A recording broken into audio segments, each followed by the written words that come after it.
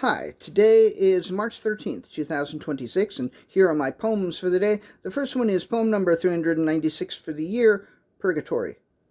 And I stared at the purgatory floor, and I saw the rollicking waves and the burning sun, and I was grateful that I would only be here for a short time before heading to the haven that is my home.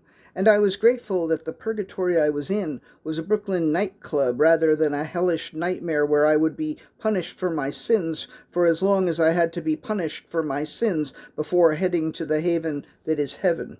Poem number 397, Friday the 13th. It is very rare that anything particularly bad happens to me on Friday the 13th, and it has never happened that after making note of that fact that I turned out to have jinxed myself and something bad happens. In fact, I think the worst thing that has ever happened to me on a Friday the 13th is that one time when I went to see one of the Friday the 13th movies and I didn't like it very much.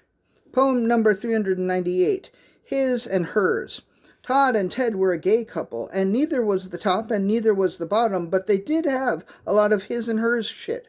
His and her towels and dishes and cars and handcuffs and bathrobes and chairs and I don't know what else. A lot of his and her shit. You get it. And sometimes Todd would wear the his bathrobe, and sometimes Ted would. And sometimes Ted drove the hers car, and sometimes Todd did.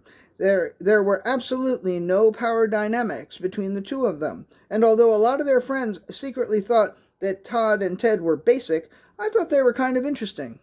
Poem number 399, The Chick Garbanzo Problem. I like chickpeas, also known as garbanzo beans, a lot.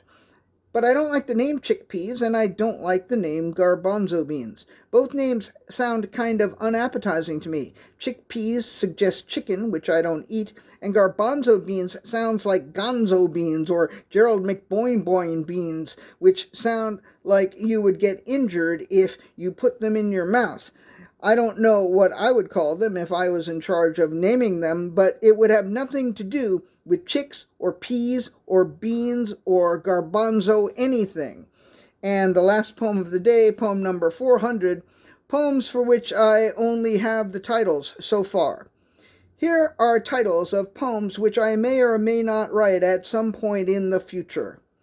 Grandma's Ovaries, The Overt Assumption, Docking for Fun and Profit, Dog with a Pickup Truck, The Cat with Expensive Dinnerware, Swept Away by an Unusual Vacuum Cleaner When the Rainbow is Enough, Code Switching for Fun and Profit, War-Torn and Peace Pasted Back Together, The Skinny Fat and the Fat Skinny, The Inability to Corn, The Passion of the Mice. I provide you with this list lest you think that every single time I have a thought I write a poem about it. Most times maybe, but not every single time. All right, that's it. Thank you. I appreciate you.